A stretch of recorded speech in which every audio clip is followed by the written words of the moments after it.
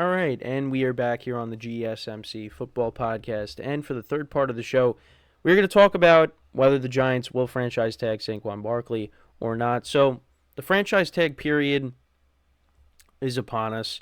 And listen, this is something the Giants did last year. Now, last year, the franchise tag for running backs was $10.1 million. If Barkley is tagged again, there would be a 20% increase in salary. So it would be $12 million for the 2024 season. And listen, Barkley in 2022 was coming off of a good season, missed a few games in 2023 because of injury. He finished with 962 rushing yards. But yeah, I mean the Giants season, it was a mess. It was a mess this year, with Daniel Jones going down and getting hurt, and you had Tyrod Taylor, Tommy DeVito playing. I mean, the offensive line was not good. It was a lost season for the Giants. And now Saquon Barkley, he's getting older. He's going to be 27. So yeah, and we see what the running back position has now become in the NFL. You get up there in your late 20s and it's you're declining already, which is it's weird because when I was younger, you're watching Frank Gore and Adrian Peterson and Marshawn Lynch, you're like, "Oh, these guys are never going to retire. These guys are always going to be good." But now it's just a little different. And the Giants, they did offer Barkley a contract. They tried to sign him to a 3-year deal, but that ended up not happening. And now talks seem to be talks are going to resume at the combine. So we'll see what ends up happening there. But yeah, I mean, if some of these other running backs don't get franchise tagged, you're going to see a lot of big free agent running backs on the market. Josh Jacobs, Tony Pollard, they were guys that got franchise tagged as well last year, along with Barkley. So those guys are going to be free agents. Derrick Henry. We'll see what happens with Austin Eckler. You also have DeAndre Swift as well. Actually, Austin Eckler, I think, is available. But yeah, I mean, there's going to be a lot of free agent running backs. So it's going to be interesting to see where some of these guys end up. But now, should the Giants sign Saquon Barkley? Now, again, I'm a fan of the Giants, of course. But I don't know. For me, as a fan, yeah, I would like to see him be back with the team. But ultimately, do I think that losing him is the worst thing in the world? No, I don't. I think the Giants have a lot of areas that they need to address, and I feel like the other areas are more important than the running back position. The quarterback, offensive line, even pass catchers too. I feel like, and again, you want to have a good running game because, there were years with Eli Manning where you had Orleans Darkwa as your lead running back. Again, that's an immaculate grid player that you should use if there's a way to use him. Even though I really only remember him playing with the Giants. He was definitely on other teams. I just don't remember off the top of my head who else he played for. But yeah, you had Orleans Darkwa. And he actually, coincidentally enough, he wore number 26. So he was the original Saquon Barkley. But again, that's a throwback. But yeah, it's just you want to have a good running game. And right now, the Giants, if they lose Barkley, well, you got to replace him. I mean, I know they drafted Eric Gray, but I mean, you're gonna have to address the position. But yeah, I mean, I think from a financial standpoint, I think listen, if it gets to a certain point within these negotiations where the numbers are not matching up on both sides, then the Giants should be like, all right, we're good. We're going to let you go. And listen, I think Barkley, he might be, I mean, he's definitely, if you talk about the running backs that are going to be available, he's going to be at the top. He's either going to be one or two, I feel like. Because I think him, Jacobs, well, even Pollard too. I mean, listen, Derrick Henry, we talk about the age, Derrick Henry's 30. Now, I think Derrick Henry would work well in the right system if you have another running back that could complement him. But I think just in terms of his age, I would probably rank him a little bit lower. Then you got Austin Eckler, which, again, he's more of a pass-catching running back. And I think he could still help a team out.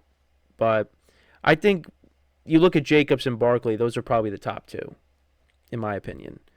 Um, you also got DeAndre Swift, like I said. But yeah, I think Barkley still has a couple of good years left. But again, I mean, you've got to put in the right situation, and there are teams out there that need running backs. I mean, you look at the Ravens. I mean, their running backs are free agents: J.K. Dobbins and Gus Edwards. Which to be honest, I didn't realize that until I saw, that they're going to be free agents.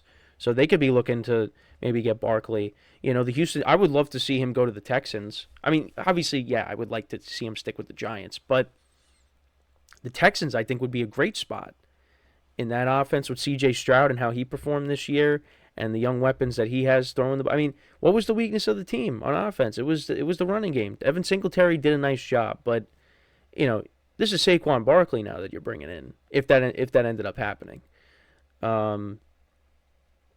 yeah. I mean, I would like to see Barkley go somewhere where he could flourish. But also the other thing too is listening to the radio, here, and yeah, I mean the Giants, they didn't trade Barkley during the season, and they weren't going anywhere, and that probably would have been the time to move off of him. Now, if you end up losing him in free agency, you're not going to get anything really for him. So it's like, then why did you not trade him? I mean, I guess maybe because they thought they could bring him back, but Saquon wants to get paid, and then there is that whole debate on now. It's like, well, should they have paid Barkley first and then Daniel Jones? And it's just, again, you look at it and you say, well, the quarterback position is more important, but with this specific situation, I don't have the numbers in front of me, but Daniel Jones was a different player when he does not have Saquon Barkley on the field. And when Saquon's playing, Daniel Jones plays good. When he's not playing, doesn't really play that good. It's you've seen that, and yeah, Saquon Barkley is, I think, more of the engine for the Giants as opposed to Daniel Jones. And listen, the Giants have won games without Saquon when Daniel Jones does play. But, I mean, you go back to 2020. I mean, Saquon, he tore his ACL in week 2. And the Giants, listen, they had a losing record, but, they had a shot to win the NFC East. But, and the other thing, too, and yeah, that's the other thing, injuries. Injuries has been a problem for Barkley. He's, other than his rookie season, and I think, last year, actually, no, he didn't miss any games in 2022. Except, I guess, the last game of the regular season against the Eagles. Could be wrong on that. But, yeah, he pretty much played in every game in 2022. 2023 missed a couple games. Injuries is a problem. And as you get older, yeah, it's going to be even more of a problem. I mean, you just wish that the Giants had a better team around him. And the problem is they just have a lot of areas that they need to fix. And I feel like those areas I think are more important to worry about as opposed to, paying Saquon Barkley. Because listen, you bring back Saquon Barkley, that's great. But quarterback is still a question mark. The offensive line, defense still needs some work, even though they got some good players on that side of the ball. But on top of that, you got a new system that you got to implement because Wink Martindale's not there anymore. And they brought in the defensive coordinator from the Titans. So yeah, it's a new. It's just almost every year with the Giants, there's always something changing that where they can't establish consistency. That's why it was great when you had both coordinators coming back for this year, both Martindale and Kafka. But then, of course, Dable and Martindale had the falling out with Dable firing his assistants, and then Martindale leaves. Now he's going to be the defensive coordinator of Michigan. He's not even in the NFL anymore. I mean, he'll probably find his way back, but I mean, again, I don't think going to Michigan is that bad of a gig. I mean, they just won the national championship. I mean, I think things are going to be different next year with Harbaugh being gone, and but again, that's not a bad place to go to. when it comes to going to coach in college. But yeah, it's just with the Giants, it's just there's always something. There's always something. Now it's with the head coaches. Well, in terms of, I guess, well, I mean, the Giants head coaches, there's been some drama that's surrounded them. I mean, you go back to Ben McAdoo and when they were benching Eli for Geno Smith. Yeah, I mean, yeah, there's been drama with that. But I mean drama like that with, like, their coaches on their team. I mean, I don't really remember there being drama with, the head coach and other coaches on the team, before Dable with Wayne Martindale, unless I'm missing something. I mean, Joe Judge, Pat Shurmur, Ben McAdoo, they all had their moments, and not good ones. But I think this one was kind of a different situation with Dable and Martindale. But yeah, it's just it's always something. It's always something with the Giants. And really to answer it, the original question, will the Giants franchise tag him? I mean, yeah, it looks probably not. Probably not. But I mean, they could, and then they try to work out a deal again, but I don't know. Because yeah, I mean, you didn't trade him, so like you obviously want to keep him, but I don't know. I think it's just the Giants have so many other areas that they need to improve on. It's like the running back position, I think, is one of the, like, there's other priorities besides the running back position. And the running back position is not the top one. The top one, it's either offensive line or quarterback. It's one of those two. I mean, and listen, I said it. I thought Daniel Jones played his last snap as a Giant, but maybe not. I think really the offensive line, I mean, that has been a problem for so many years. They really have not been able to fix it since they last won the Super Bowl. And it's incredible. I mean, you see look at the Chiefs. And I know and the Chiefs are the standard of the league right now. But they played the Bucs in the Super Bowl. Mahomes was missing both of his tackles.